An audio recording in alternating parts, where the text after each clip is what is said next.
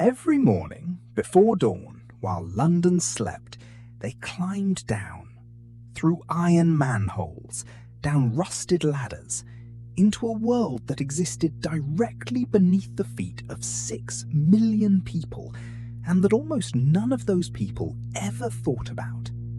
They carried lanterns. They carried long poles for balance and for probing the ground ahead. They wore thick boots and rough trousers tied at the knee. They moved in small groups, because moving alone in the Victorian sewer system was a way to disappear forever. They were called Toshers, or sewer hunters, or, in the language of the Victorian underclass, the men who worked the shores. And in the filth and darkness beneath the greatest city on earth, they made their living.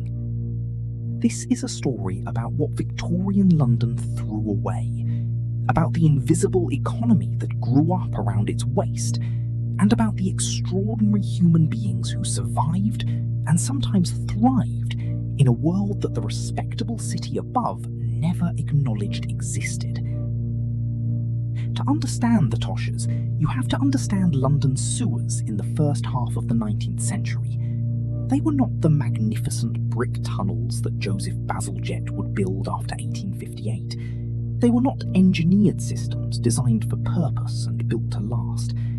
They were something far older and far stranger, a patchwork of medieval drains, Roman channels, buried rivers, and improvised passages that had accumulated beneath the city over centuries without plan or coordination. The Fleet Ditch, the Walbrook, the Tyburn, ancient rivers that had been covered over as London grew, converted into open sewers, and then gradually enclosed as the city built above them, joined by newer brick tunnels, by natural channels carved by water over centuries, by passages whose the original purpose no one could remember.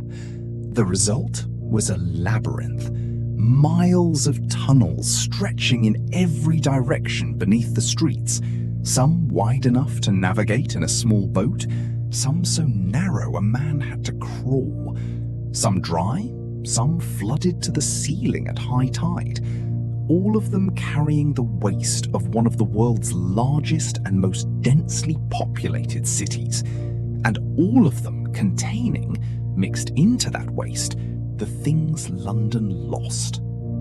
Because Victorian London lost a great deal. Coins dropped through street gratings, silverware washed from kitchen sinks, jewellery lost in gutters and carried by rainfall into the drains, copper nails and iron bolts and brass fittings swept from workshops and markets, rope, bones, rags, fat, great quantities of fat congealed on the tunnel walls, scrapable and saleable to soap makers and tallow chandlers.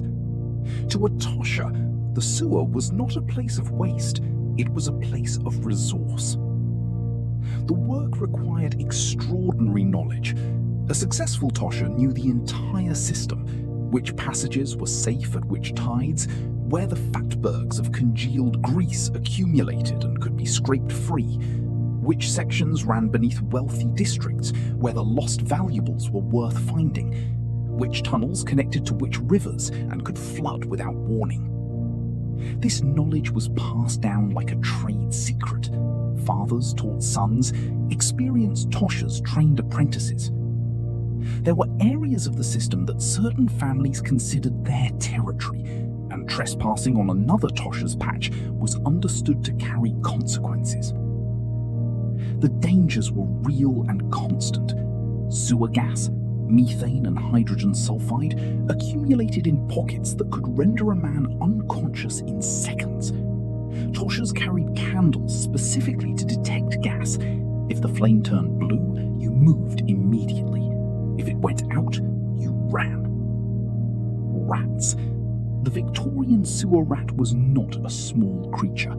Sustained by the organic matter flowing through the system, sewer rats grew to extraordinary sizes. Individual Toshers kept dogs, specifically trained terriers, to manage the rat population on their regular routes. Flooding was the most dangerous threat. The tidal Thames meant that sections of the sewer system flooded rapidly and without warning at certain states of the tide. Toshers drowned in the tunnels.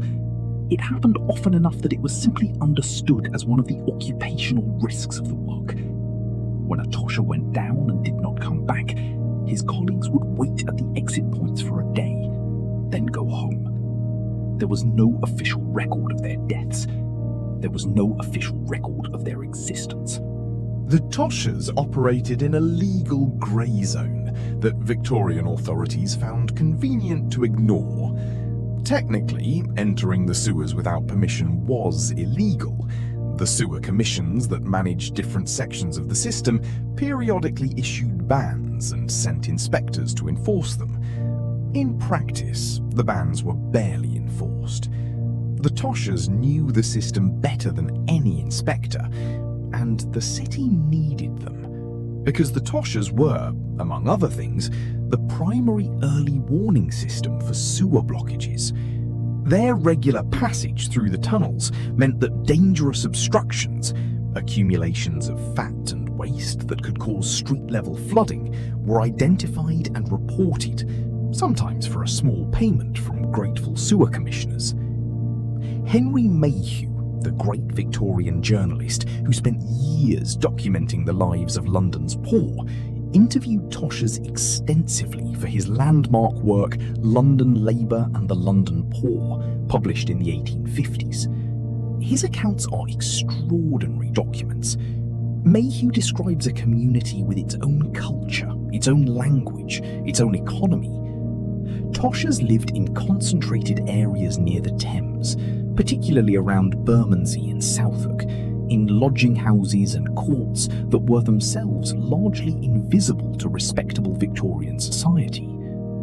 They had a mythology.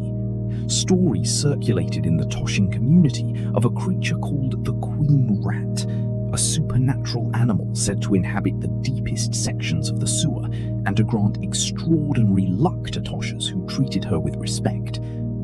The stories were elaborate and specific, passed between Toshers over decades. Mayhew recorded them with a journalist's precision and a Victorian rationalist's bemusement.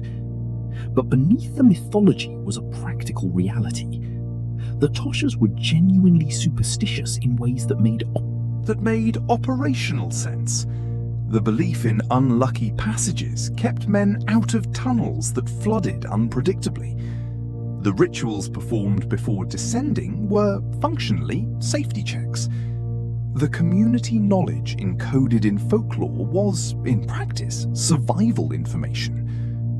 What did a successful Tosher earn? The figures vary, but Mayhew's accounts suggest that a skilled Tosher working regularly could earn between 3 and 4 shillings a day, comparable to an unskilled labourer on the surface, and considerably more on lucky days when significant fines came up.